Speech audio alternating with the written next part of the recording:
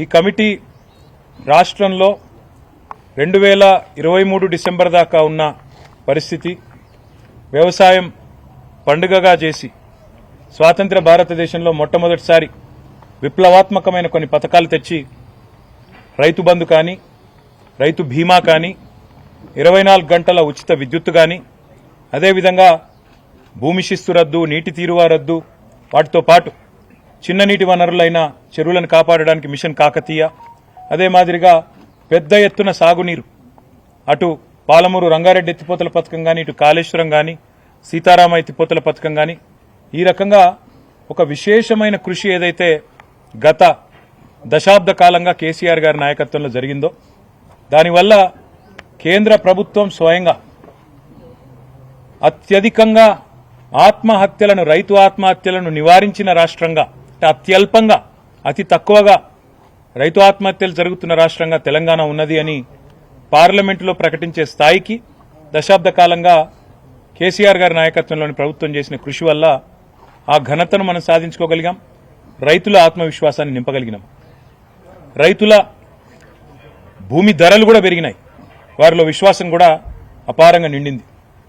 అట్లాంటి పరిస్థితుల్లో సంవత్సరంన్నర కిందట స్వయంగా ఈరోజు భారత ప్రతిపక్ష నేతగా ఉన్న రాహుల్ గాంధీ గారు, కాంగ్రెస్ పార్టీ యొక్క సీనియర్ నాయకులు, మాజీ అధ్యక్షులు, ఆయన నాయకత్వంలో వరంగల్ వేదికగా రైతు డిక్లరేషన్ పేరిట కాంగ్రెస్ పార్టీ రైతులకు ఎన్నో రకాల హామీలు ఇచ్చింది. అందులో బోనస్ ఇస్తామని, రైతు భరోసా అమలు చేస్తామని, ఖచ్చితంగా మద్దతు ధర ఇస్తామని, కొనుగోలు కేంద్రాలు విస్తారంగా పెంచుతామని, అదే మాదిరిగా ఇంకా చాలా మాటలు కూడా చాలా వివరంగా చెప్పినారు. ఇవన్నీ నమ్మిన రైతులు రాష్ట్ర వ్యాప్తంగా 2 లక్షల రుణమాఫీ చేస్తామని ఇవన్నీ చెప్పినారు. ఇవన్నీ నమ్మిన రైతులు మరి రాష్ట్ర వ్యాప్తంగా కాంగ్రెస్ పార్టీని విశ్వసించి, రాహుల్ గాంధీ గారిని విశ్వసించి కాంగ్రెస్ పార్టీకి అధికారం కట్టబెట్టినారు. సరే, అధికారం ఎవరికి శాశ్వతం కాదు, తప్పకుండా రాజకీయాల్లో తప్పకుండా ఇవన్నీ జరుగుతూ ఉంటాయి, విజయాలు అపజయాలు, అది మాకు పెద్ద విషయం కాదు. ఎందుకంటే బీఆర్ఎస్ అంటే కేవలం భారత రాష్ట్ర సమితి మాత్రమే కాదు, భారత రైతు సమితి కూడా. మా కృషి, మా సంకల్పం, మా పోరాటం, మా ఆలోచన అంతా కూడా ఎప్పుడు కూడా ఈ రాష్ట్రంలో 60-65% మంది ప్రజలు ప్రత్యక్షంగా పరోక్షంగా ఆధారపడే వ్యవసాయం బాగుండాలి, వ్యవసాయదారులు బాగుండాలి, రైతు బాగుంటేనే రాష్ట్రం బాగుంటుంది, ఎద్దేడ్చిన వ్యవసాయం బాగుపడది అనే మాట, రైతేడ్చిన రాజ్యం బాగుండదనే మాట ఏదైతే పెద్దలు చెప్పినారో దానికి అనుగుణంగానే మా ఆవేదన అంతా కూడా. ఇవాళ ఎలక్షన్లు ఏమీ లేవు, ఇవాళ తక్షణం అధికారంలోకి రావడానికి ఇదేమీ రాజకీయమైన ప్రయత్నం కానే కాదు.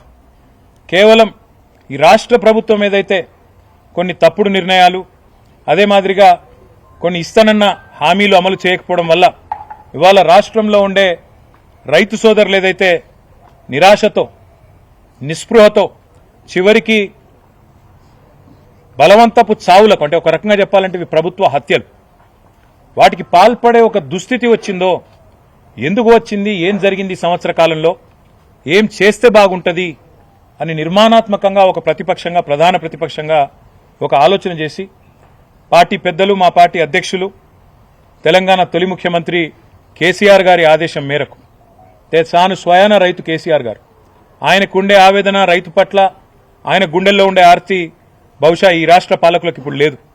అందుకే కేసీఆర్ గారు ఆదేశిస్తే వారి ఆదేశానికి అనుగుణంగా ఈ కమిటీని ఏర్పాటు చేయడం జరిగింది.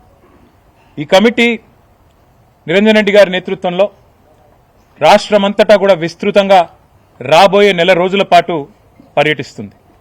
ఈ నెల రోజుల్లో రైతు సంఘాలు, రైతులు, వివిధ సమూహాలతో ఎక్కడికక్కడ మరి కలుస్తుంది. కమిటీ యొక్క నిజంగా వారి కమిట్మెంట్కు నేను ధన్యవాదాలు కూడా తెలియజేస్తా ఉన్నా. ఎందుకంటే మా జోగురామన్న గారు వెంటనే స్పందించి అన్నారు, అన్నా అక్షర క్రమంలో మేమే ముందున్నాం, ఆదిలాబాదు మా దగ్గర నుంచే పని మొదలు పెడదాం, మీరు రండి, మా పూర్వ ఆదిలాబాద్ జిల్లా నుంచే పని మొదలు పెడదామని చెప్పి నిరంజన్ రెడ్డి గారికి చెప్పంగానే వారు కూడా వెంటనే అందరితో సంప్రదించి ఎల్లుండే పని మొదలు పెడదామని నిర్ణయం తీసుకున్నారు.